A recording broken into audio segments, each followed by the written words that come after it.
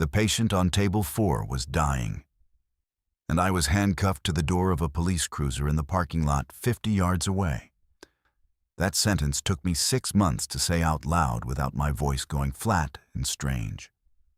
Officer Dale Briggs stood in front of me with one hand resting on his belt buckle and the other pointing at my face. And he said, slowly, the way a man says something he has already decided is true. "You're not any doctor. Stop lying to me." I had 14 minutes before Robert Haynes's aorta would finish tearing itself apart.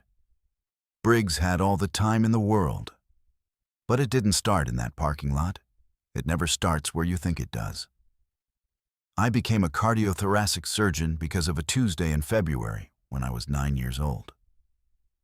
My father, Dr. Leonard Webb, came home from the hospital later than usual, and he sat at the kitchen table without taking off his coat. He just sat there, still in his overcoat, hands flat on the table.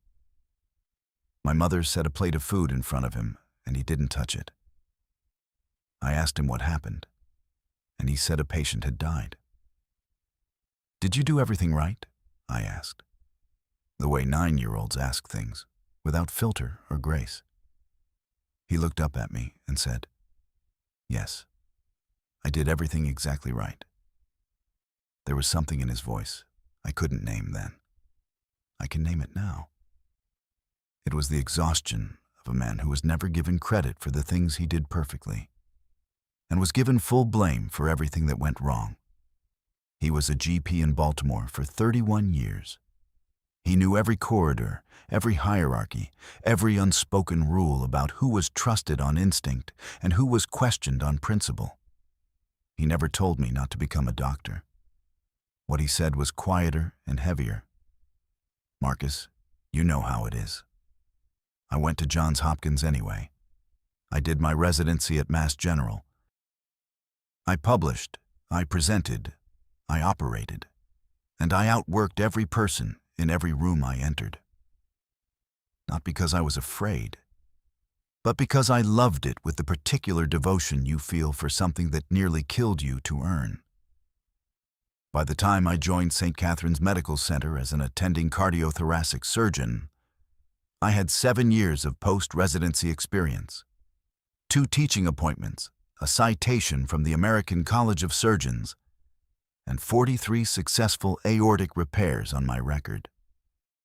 I had a mortgage in a quiet neighborhood 12 minutes from the hospital.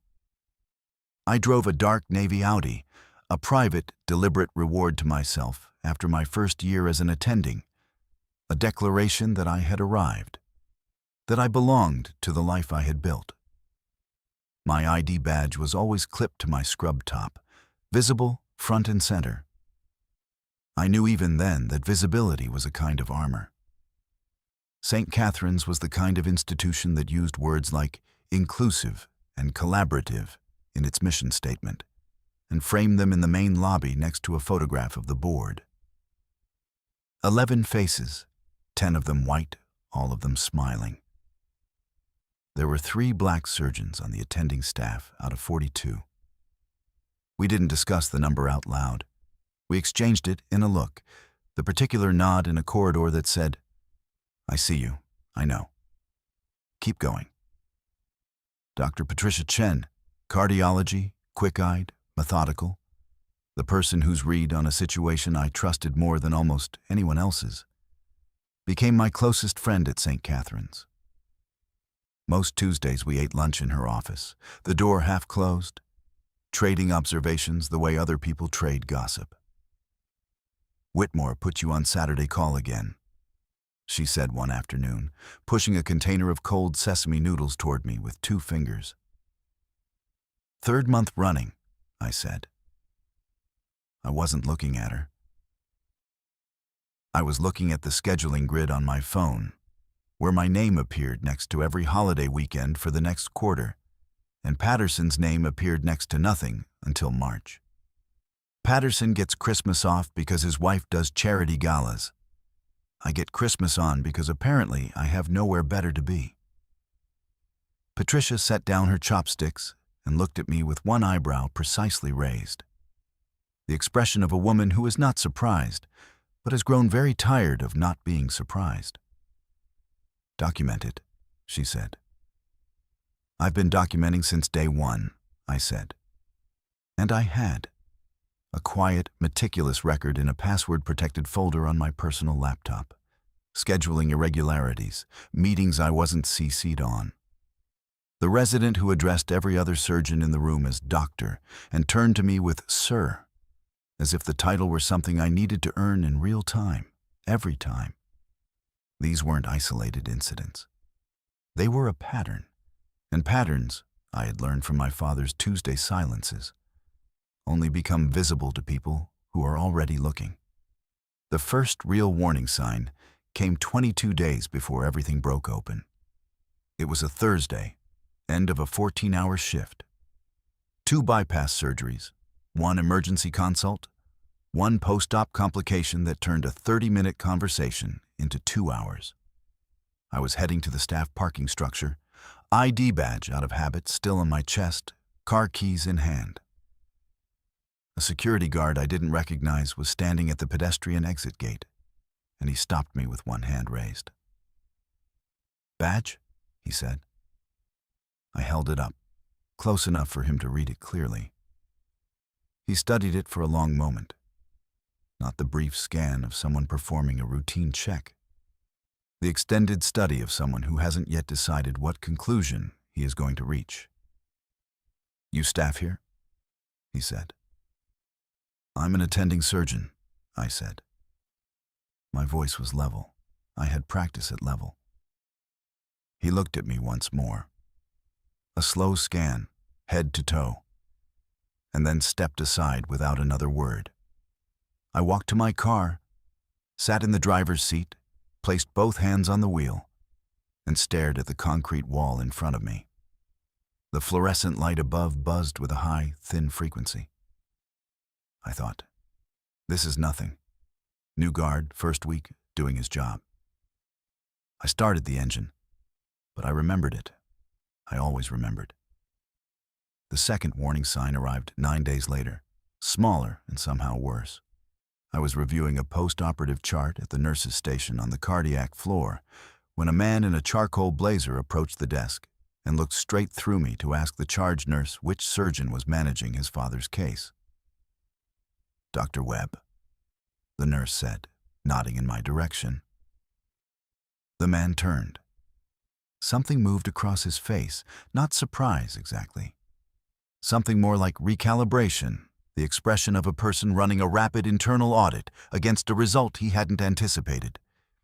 He recovered within a second and extended his hand, and I shook it. And I answered every one of his questions about Mr. Donnelly's procedure with the same composed, thorough competence I brought to everything. And I filed it away. Another entry in the ledger. I was still adding to that ledger when my pager went off at 11:47 p.m. on Wednesday, October 14th.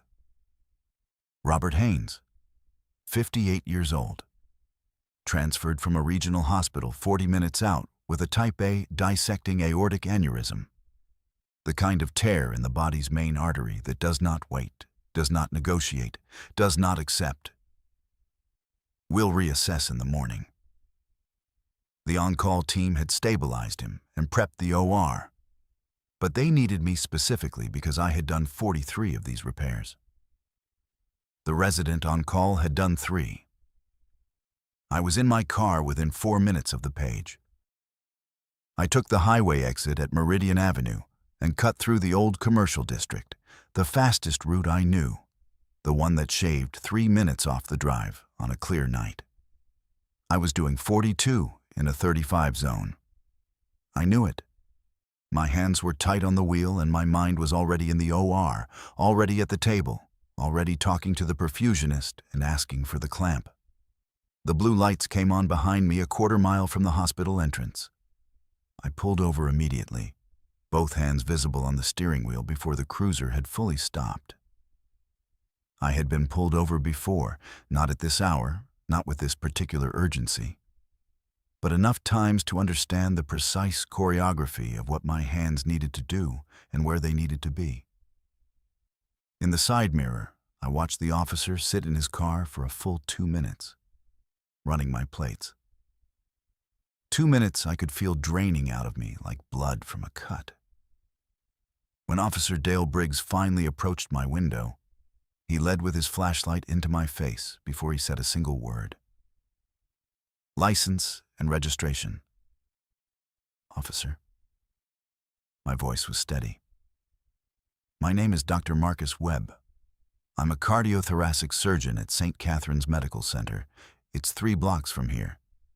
I have a patient in critical condition, a dissecting aortic aneurysm, and I was paged 11 minutes ago.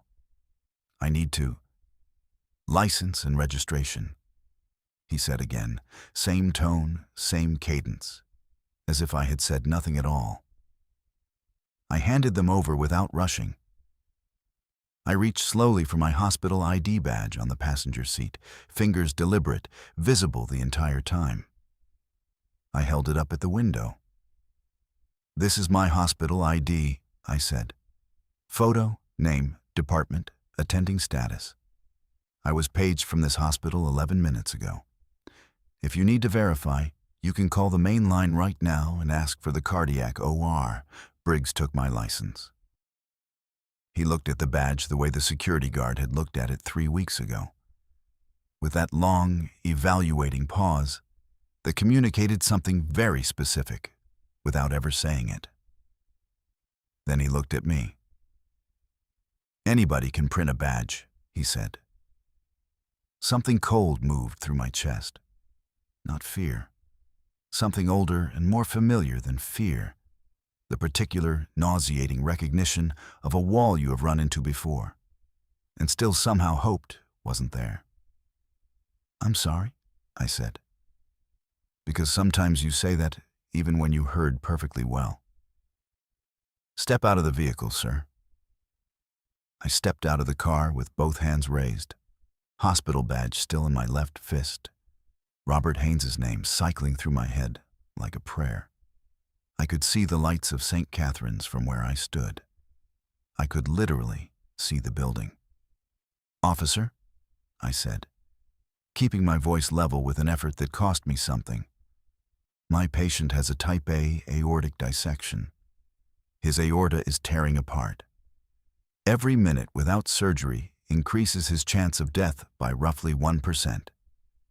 I have been paged 23 minutes ago. Please call the hospital and verify who I am.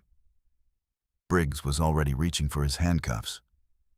You were doing 42 and a 35, he said, and you're acting erratic. I was standing completely still with my hands visible. But I understood then, with cold clarity, that my behavior had nothing to do with his assessment of it. He had decided something the moment his flashlight hit my face through the window, and everything I said from that point was being filtered through that decision. The cuffs clicked, metal, cold. I stood on the shoulder of Meridian Avenue 3 blocks from the hospital, and I thought of my father sitting at the kitchen table in his overcoat, hands flat on the surface, not eating. He knew. He had always known exactly this. A car had slowed on the opposite side of the road. A woman had her phone up. I looked directly at it and said clearly, "My name is Dr. Marcus Webb. I am a cardiothoracic surgeon at St. Catherine's Medical Center. I was paged for an emergency surgery 24 minutes ago. I am handcuffed on the side of this road. Please call St. Catherine's and ask for the cardiac OR." Briggs stepped out of his cruiser. "Sir, do not address bystanders." "I'm not addressing bystanders," I said. "I'm stating facts." At minute 28, Patricia called. "Marcus, where are you?" Her voice had an edge I had never heard before. "Handcuffed to a police cruiser on Meridian Avenue," I said. "He doesn't believe I'm a surgeon." 2 seconds of silence. Then, "I'm calling Whitmore. Don't hang up."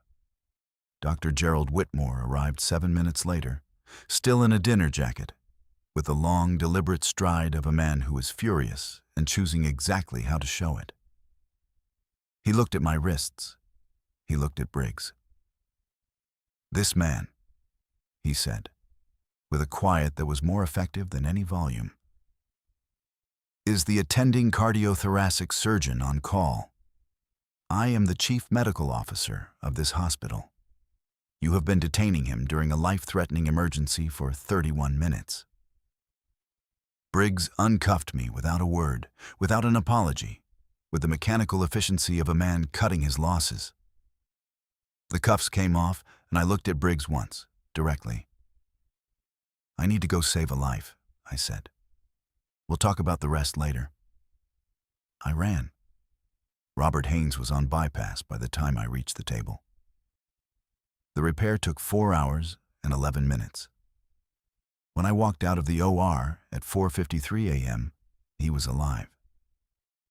I sat in the locker room alone for 9 minutes and let the shaking happen.